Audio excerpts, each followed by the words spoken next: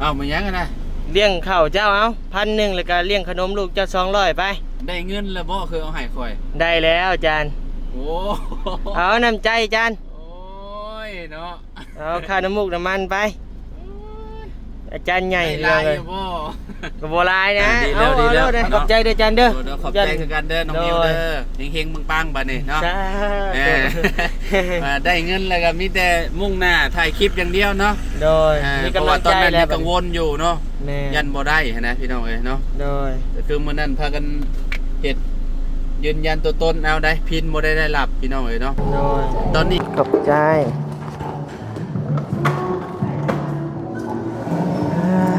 เอาพวกเขาน้ำเป๊ปซี่กับน้ำลาล่าเด้อโดยเนาะบ้านพ่อเฒ่าแท้ๆอยู่ไสบ้านสีไข่เมืองไซบุรีโอ้โดยสีไข่ไซบุรีมาสักยาเนี่ยมาสักยาเอาเด้อหลานเอาเงินให้เมียน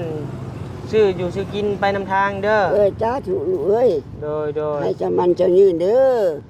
ให้จิตพันประชาให้จะมันจะยืน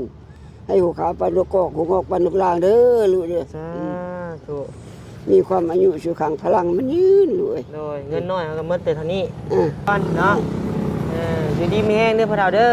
อจะถูกอายุมันคนยืนจะถูกอยู่เป็นองค์โอมใจลูกหลานเด้อให้เป็นลูกภูมิใจน้ำกันลูกเอ้ยโดยใช่พ่อไปดิ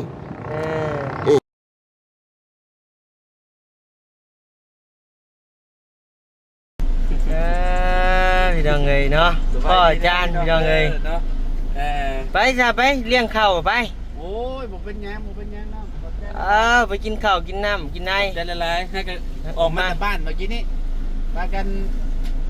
แล้วจะพาน้องไปเซเว่นก่อนไปเซเว่นรอเซเว่นเนี่ยสิไปเซโปนแหละสิไปมื้อนี้ก็เลยพาเพิ่นมาโดยพาเพิ่นมาเลาะหาซื้อแนวเพิ่นอยากแล้วจมอยู่สิไปไสนี่น่ะฮะแต่มาแต่โรงหมออาจารย์น้องเตบ่แม่นโอ้เอามายังกันนะเลี้ยงข้าวเจ้าเอา1,000แล้วก็เลี้ยงขนมลูกเจ้า200ไปได้เงินแล้วบ่คือเอาให้ข่อยได้แล้วอาจารย์โอ้เอาน้ำใจอาจารย์โอ้ยเนาะเอาค่าน้ำมูกน้ำมันไปอาจารย์ใหญ่เลยก็บ่ลายนะเอาโลดนะเลี้ยงขนมร้านนี่200ค่าน้ำมันเจ้า1,000เลี้ยงข้าวเจ้าเอาโดยขอบใจโดยอาจารย์ดีใจนำเด้อโดยเงินเข้าแล้วเนาะเรียบร้อยจ้ะพี่น้องเอ้ยเนาะคิดอยู่อุ้มอยู่ปากันรุ่นเนื้อกระเถิกอยู่ตั้งแต่เมื่อมาเฮ็ดผู้โดยขอบใจทางอาจารย์และที่ให้คำปรึกษาพี่น้องเอ้ยเนาะโดยดีแล้วเพราะว่าน้องเป็นกระเฮ็ดมาแต่ดนเลยพี่น้องเอ้ยเนาะเพื่อสิได้โดยก็คือที่ฮู้แหละโดยมันเอาไปคุมมือเด้ค่าใช้จ่ายพี่น้องเอ้ยแม่นแล้วหลายโดยสิมุ่งหน้าไปใช้ต่อบัดนี้ว่าสิไปสายฟ้าบ่แม่นกับพังเบิ่งจักสิไปทางใดยันบนเวียนอันนั้นมื้ออื่นสิไปจักโมงสิมื้ออื่นข่อยว่าแล้วข่อยไปแต่เช้ามื้ออื่นข่อยสิออกแต่เช้ามื้อข่อยสิบ่บอกกันดอกโดยมื้อนี้ก็ว่ามานี่แล้วก็คำย้อนแล้วมาอยู่นี่ก็ได้คำแล้วก็เมื่อแล้วบ่ได้ไปดอกไอ้ก็ได้แกงกอกดิอาจารย์ยายหน่อยฮะเคสใหม่ได้ก็คือแบบเราเป็นแบบไรพิการทางขามีลูก2 คนโอ้เห็นอยู่ในคลิปมาขอว่าเราเป็นคนบ้านไหนเขาอ่ะโดยใกล้บ้านเจ้าแหละเขาไปเก่งเธอหน้าก้อนซะเนาะเดี๋ยวจะไปนำกันเนาะโดยมีทางผู้ใหญ่เพิ่นเอาไม้กันเท่าให้แน่จากเจ้าบ่แม่นโอ้อาจจะไปหักมาเมื่อกี้นี่ ดีแล้ว ขอบใจเด้อจันเด้อ เดี๋ยวขอบใจคือกันเด้อน้องนิวเด้อเฮงๆปังๆบัดนี้เนาะ จ้า ได้เงินแล้วก็มีแต่มุ่งหน้าถ่ายคลิปอย่างเดียวเนาะ โดยมีกำลังใจ ตอนนั้น แล้ว กังวลอยู่เนาะ แม่ ยันบ่ได้นะพี่น้องเอ้ยเนาะ โดย คือมื้อนั้นพากันเฮ็ดยืนยันตัวตนเอาได้พินบ่ได้รับพี่น้องเอ้ยเนาะ โดย ตอนนี้ก็บ่ฮู้ว่ามาตกอยู่ไสพินก็ได้ 3-4 ใบแหละประมาณนี้แหละ จะสิไปตกอยู่ไส ยาดอกบ่สนใจแล้วบัดนี้ ได้แล้ว เนาะมันได้แล้วก็สร้างมันจะตกใส่กระยาบัดนี้นะ โดย ดีแล้วเนาะบายชาน้องนิวขอบใจหลายเด้อ เดินทางปลอดภัยจ้า เด้อผมพี่น้องเนาะเดี๋ยวให้น้องนิวเพิ่นไปก่อนพี่น้องเอ้ย โดย ได้ โดยสบายดีเด้อพ่อเฒ่าโดยสบายดีพ่อเฒ่าไม่ได้ใช่ ขายนี่ ฮะ มาอวดขายนี่ บ้านหัวตะไคร้ชิปุ้นหูบ่ ขายแล้วขายนี่นี่ไอ้ที่นู่นนี่ โอ้ในชิโน่นี่พ่อเฒ่าสิไปใช่นี่ ยังเมื่ออันนั้นโรงงานน้ำตาล อย่างเมื่อโรงงานน้ำตาลพ่อเฒ่าสิเมื่อหยัง นี่อันนั้นเยี่ยมมึงหนู ฮะ เยี่ยมมึงหนูชาย เมื่อบ้านบ่ เมื่อวันหนูชาย บ้านโนนทรายพ่อเฒ่าสิเมื่อหยังอ่ะนะ เมื่อเยี่ยมมึงคนแล้ว โอ้เมื่อวานนี่ลูกเห็นพ่อเฒ่าย่างไปพุ่นบ่ทางอันนั้นพุ่นบ่ บ่ได้ย่าง ขี่รถบ่ โอ้ไปย่างนี่เพื่อ เออเดินเมื่อวานบานิวเห็นเราอยู่ปุ๊บพี่น้องเลยลาแต่ย่างมาเซโนเนาะ ไม่ได้สิได้ย่างแล้วมึง โดยพ่อเฒ่ามีเงินมีคำอยู่บ่มีหลายอยู่ มี บ่ แล้วตอนนี้แหละ โอ้ เรียนรู้อะไรกินโบนนั่นแน่ลูก โดยพ่อเฒ่ากินข้าวแล้วบ่ นั่นก็เลยนั่นพลังมันเอาให้ทุกที โอ้ใครเอาให้นะ คนพลังคนนั้นนะ คนพลังบ่แม่นเจ้าของห้านเพิ่นนี่บ่ บ่ บ่แม่นเจ้าของซิโนพอยต์นี่บ่เนาะพี่น้องเนาะ มันเมื่อแล้วขี่รถเมื่อแล้ว โอ้ ขี่รถไปนับเมื่อ โดย เป็นแล้วเงินไหนนี่ก็ดี โอ้โดยพ่อเฒ่าอยากน้ำอยู่บ่เดี๋ยวเฮาสิสั่งน้ำให้ บ่ได้กินอยู่น้ ฮะ ำน้ำได้กินอยู่ กินอยู่บ่โอเคเดี๋ยวจังหน่อยเฮาสิเข้าพ่อเฒ่ากินน้ำหยัง กินน้ำธรรมดาน่ะ น้ำละล่าบ่ อ่า โอ้เดี๋ยวพ่อเฒ่าถาอยู่นี่เด้อเดี๋ยวเฮาสิเข้าไปซื้อน้ำก่อนเด้อ จ้ะ โดยเอาเดี๋ยวเข้าไปซื้อน้ำก่อนเนาะ กินมีละพันพอได้ โดยเดี๋ยวไปซื้อน้ำให้ก่อนเนาะพี่น้องเนาะอยากกินน้ำว่าซั่นเนาะแต่ว่าตอนแรกบ่นี้ว่าสิซื้อข้าวนี่แหละให้เพิ่นแต่ว่าทั้งเพิ่นว่าอยากกินน้ำมีข้าวแล้วว่าซั่นเนาะเดี๋ยวเพิ่นสิเข้าไปซื้อน้ำกันนี่แหละซื้อน้ำพอยแล้วพี่น้องเอาน้ำให้ค่อยแน่เป๊ปซี่ปองหนึ่งน้ำลาดปองหนึ่ง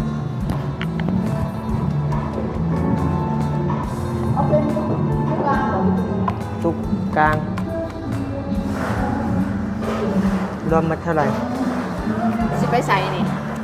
ได้ซื้อไปเท่าพอเท่าอันนี้ ไม่ได้3,000 23บ่นี่อยู่บ่เงินติดหนีไว้เป็นยังวะ เอาได้ ใช่ดิ23 ใส่ ขอบใจ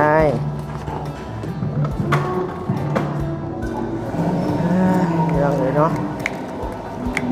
บัดนิวเห็นเพิ่นแต่ว่านี่พุ่นพี่น้องเลยแต่ว่าบ่ได้แว่เพิ่นเห็นเพิ่นย่างไปปุ๊บ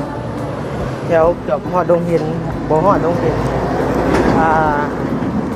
ใกล้เติบแหละพี่น้องเลยเนาะบัดนิวเห็นเพิ่นว่าสิจอดแว่หาเพิ่นอยู่มื้อวานนี่ก็ได้แต่ว่าพร้าวนี่ก็เลยบ่ได้แว่เอาพ่อเฒ่าน้ำเป๊ปซี่กับน้ำละล่าเด้อโดยเนาะบ้านพ่อเฒ่าแท้ๆอยู่ไส บ้านสิไข่ บ้านสีไข่เมืองไซบุรีโอ้โดย สิไข่ใส่บุหรี่มาจับยานี่แหละ มาซักยาเห็นยังอ่ะนะ รถนี่แหละสั่งรถชิโน่เลยสั่ง โอ้ ไม่ใช่เจ้าของรถให้จับยา โดยเจ้าย่างเลยเพิ่นตั้มบ่ ยางมาแล้วพอดีเพิ่นขี่รถที่บ้านนี่พี่ เด้อเอาพอติดเนี่ยเด้อบาท โดย พี่น้องเลยพ่อเฒ่าอยู่เมืองชัยบุรีบ้านสีไข่แข้งสวรรณเขตเนาะพ่อเฒ่าเนาะ แม่ล่ะ แล้วพ่อเฒ่าสิเมื่อบ้านใช่ เมื่อเดือนหัวงานตานี่แล้ว โอ้เงินน้ำตาลทั้ง ถ้า ชัย ห้า บุรีบ่ เนี่ย โอ้ทางบ้านหนองแปพี่น้องเลยสิเมื่อบ้านเนาะ แม่ล่ะ มีเงินสิย่างเมื่อบ่หรือว่าสิจ้างรถเมื่อ โอ้เป็นเงินเท่านี้ก็ที่ได้หยางแล้วเลย โอ้ เป็นพ่อขายรถอันนั้นเอาคนมันรู้หัน โดย คนนี้จะ4-5 นั่นแหละ โดย พวกเพื่อเงินนี่แล้ว เดี๋ยวเลยเนาะจักสิว่าได้วันนี้ก็ได้พี่น้องเลย แต่พออยู่ทหารบ่ได้เจ็บได้ปวด โอ้พ่อเฒ่าเคยเป็นทหาร นี่แหละ บ่ เพราะทหารมาพอเจ็บ โดย เคยเป็นทหารติ ลูกปืนใช้ไม่เพิ่งไม่เตะนี่บ่ได้เจ็บได้ปวด โดย เนี่ยหนีมาแล้วพอเจ็บโอ้ยว่าสิไม่สาดเมื่อวาน โดยสู้ๆเด้อพ่อเฒ่าเด้อเคยเป็นทหารอยู่ไส เป็นทหารในเซโนนี่น่ะ อยู่เซโนนี่ เนี่ย โอ้ เวลากลุ่ม30มันนี่ โดย กลุ่ม30เวลา โดยเอาเด้อหลานเอาเงินให้เมียนซื้ออยู่ซื้อกินไปนำทางเด้อ จ้าถูกเอ้ย โดยโดย ให้จำมันเจ้ายืนเด้อ สา ให้จิตเป็นประชาให้จำมันเจ้ายืนให้หูขาวปันลูกกอกหูงอกปันลูกลางเด้อลูกเด้อ สาธุ มีความอายุสุขังพลังมันยืนเลย โดยเงินน้อยเขาก็หมดแต่เท่านี้ จะอยู่แล้วลูกเอ้ย โดย ทา ทาง ง โพทุมละปลาหมอง โดยทางพ่อเฒ่านี่มีลูกมีเมียอยู่บ่ มีก็มีเสียแล้ว เมียเสียแล้ว มีเสีย ลูกเด้สัพพ่อเฒ่า ลูกยั่ง ลูกยัง นวดกูหน้ากุกตาลนะบนลูกงานน้ำตาลนี่ก็ชู้เอาลูกมาลัดเอาแหละ โดยทางพ่อเฒ่านี่อายุจักปีแล้ว 68 68ปอยังแข็งแรงอยู่เนาะ จ้ะ แบกเครื่องบักร้ายก็ได้เนาะ เอ้ย เออ พอไปอยู่ลูกเอ้ย โดยอืม แต่เก้าพอก็อยู่เชนูอะไรเกิดอยู่นี่ โอ้พ่อเฒ่าชื่อได้ คำแสน พ่อเฒ่าคำแสน อืม โอ้บ้านสีไข่เมืองชัยบุรี เออชื่อลูกเด้ลูกขอโทษน้ำเถาะ บ่าวนิ้ว งิ้ว บ่าวนิ้ว บางงิ้ว โดยนิ้ว นิ้ว โดย บางนิ้ว อารมณ์ดีพี่น้องเอ้ยอายุสำนี้แล้วก็ยังแข็งแรงอยู่พี่น้องเอ้ยนี่แหละบ่นิ้วว่าสิมากินข้าวเนาะพี่น้องเนาะก็เลยว่ามาเห็นทางพ่อเฒ่าเพิ่นมานั่งอยู่นี่อยู่เซโนพอยต์เนาะพี่น้องเนาะก็เลยว่าอยากซื้อข้าวซื้อน้ำเพิ่นกินแต่ว่าข้าวน้ำเพิ่นก็มีแล้วพี่น้องเอ้ยมีทางผู้ใหญ่ขี่รถกระบะเนาะเพิ่นซื้อให้พ่อเฒ่ากินเนาะเอาก็เลยว่าซื้อน้ำเด้อพ่อเฒ่าเด้อกลับเอาเงินให้พ่อเฒ่าเด้อ จะทุกลูกเอ้ย แล้วบัดนี้สิจ้างรถเมื่อบ่บัดนี้ จ้างเมื่อแล้วกันได้เงินมันบ่พอ บ่พ่อ บ่พอ เขาได้จ้างรถเมื่อผม 80หมดบาท เมื่อบ้านแล้วบ่ อ่า พ่อเฒ่าสิเมื่อลีบ่ เมื่อนี้แล้ว80หมดบาทหรือเมื่อบานก็นี่ดิ โดยเอาให้เจ้าแหละ40ยังเหลือ40เนาะ วันนี้เรามีแต่เงินบาทช่ำบาทนี่พี่น้องเอ้ยโอ้ย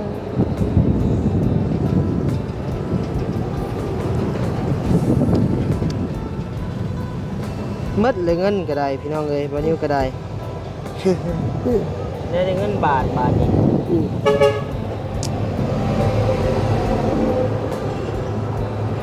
เป็นจังได้บาทนี่พี่น้องเอ้ยเมียเสียแต่เฮิงเลยบ่พอ โอ้ยได้10กว่าปีแล้ว โอ้ซื้อเมียไม่เท่ายัง กะ ไม่เท่ากา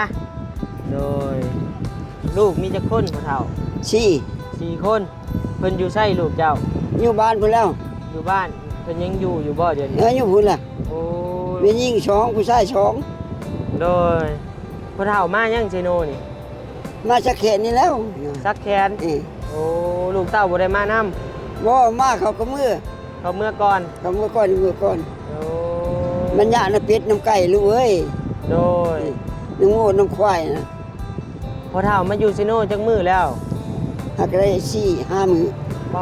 นอนอยู่หมอได้น่ะ เพิ่งหมอคุ้มพุ่นแล้ว อยู่หมอกุม เออ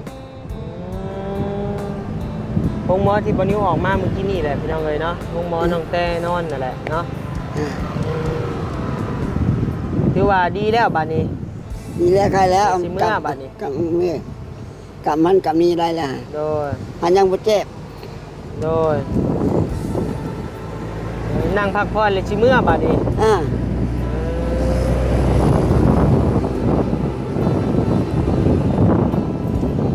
โดยสู้ๆพระเฒ่าเอ้ยเนาะเดี๋ยวเขาสิหารถโดยสารให้ก่อนมีอยู่บ่ล่ะเมื่อไซบุรีนี่ฮะ อ่า เมื่อพุ่นน่ะยากโดยสารมีแต่รถมี